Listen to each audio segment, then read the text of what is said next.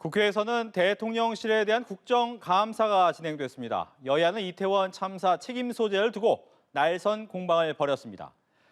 김보영 기자. 네, 국민의힘은 이태원 참사와 관련해서 경찰을 재배치하고 지휘할 책임은 용산경찰서장에 있었다고 정부를 적극적으로 방어했습니다. 그러면서 야당이 사고 원인 규명도 안 됐는데 윤석열 대통령의 책임을 거듭 추궁하며 정쟁을 벌인다고 비판했는데요. 특히 전날 민주당 문진석 의원이 받은 이태원 참사 희생자 명단 공개 요구 문자를 언급하면서 반격하기도 했습니다.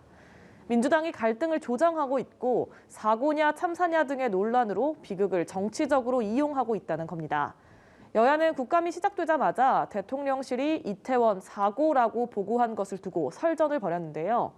민주당은 참사 대신 사고라고 부르는 건 희생자에 대한 모독이라고 지적했고요. 국민의힘은 용어까지 정쟁으로 삼는다고 받아쳤습니다. 민주당은 한덕수 국무총리와 이상민 행정안전부 장관의 경질도 거듭 압박했습니다.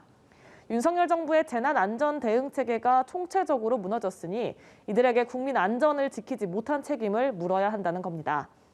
하지만 김대기 대통령 비서실장은 이들에 대한 문책을 대통령에게 건의한 바 없다고 경질론에 선을 그었고요.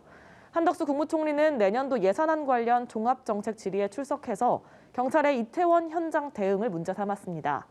한 총리는 분명히 국가는 없었다라고 말했지만 용산 쪽에 치안 담당하는 분들이 제대로 대응하지 못했다고 지적했습니다. 또 박문규 국무조정실장은 사고 당시 경찰이 더 배치됐어야 한다는 지적에 서울 강남역 출퇴근길 인파를 들어 비유했다가 문매를 맞기도 했습니다.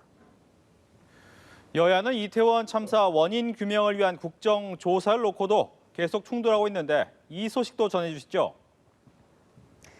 네, 그렇습니다. 국민의힘은 국정조사보다 수사가 먼저라면서 야당이 국민적 비극을 정치 공세 도구로 활용하고 있다고 질타했습니다. 주호영 원내대표는 수사 성공의 핵심은 신속함과 강제성인데 국정조사는 강제성이 없어서 수사 지연과 증거 유실에 우려가 있다고 말했습니다. 그러면서 수사가 끝난 다음에 책임을 물 일이 있으면 엄격히 묻겠다고 강조했습니다. 그러자 민주당은 수사가 국정조사를 반대하는 빌미가 될 수는 없다고 압박 수위를 끌어올렸는데요.